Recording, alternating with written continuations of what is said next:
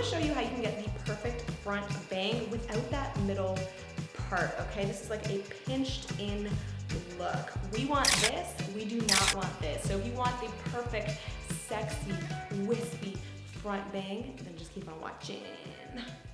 There are so many tutorials, I don't know why, that teach you how to do it like this with the round brush curled up at the front, but that's not how you do it because you will always get a middle part, at least in my experience. So this is what you're gonna do instead. Step 1, get your tools ready. The essential tools that you'll need are a hairdryer and a flat brush. Guys, it can be any flat brush and any hairdryer. I just happen to have these. The non-essential, nice to have tools are a rat tail comb, hairspray, and heat protectant.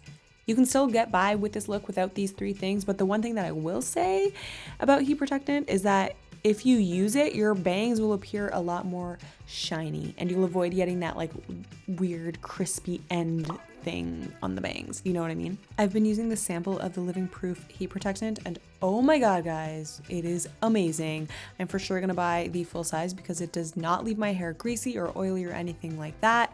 It fully protects my hair and it makes it feel like I have just walked out of the salon. So I love this stuff. Okay, step number 2, wet your hair. When I would come out of the shower, I used to just brush my hair willy-nilly, not even think about it. But actually, guys, the way that you brush your hair when it's wet is going to be the deciding factor as to whether your bangs are gonna split or not, okay? So, brush your bangs forward like this, guys.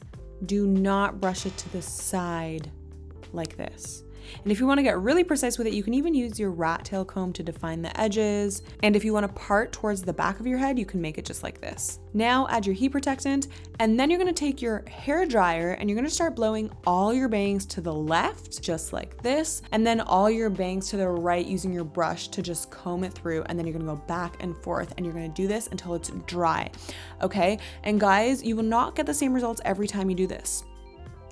That's just life. So once your bangs are dry, you're just gonna look at them and you're gonna see if they are to your liking. And if they are not, this is how you can fix them. You can make any tweaks by placing your bangs exactly how you like them with your fingers and blow drying them as you're holding it in that position. And then that position is going to hold. But if you really, really want it to hold, you're gonna finish with that hairspray and you're gonna do that at a 1 foot distance.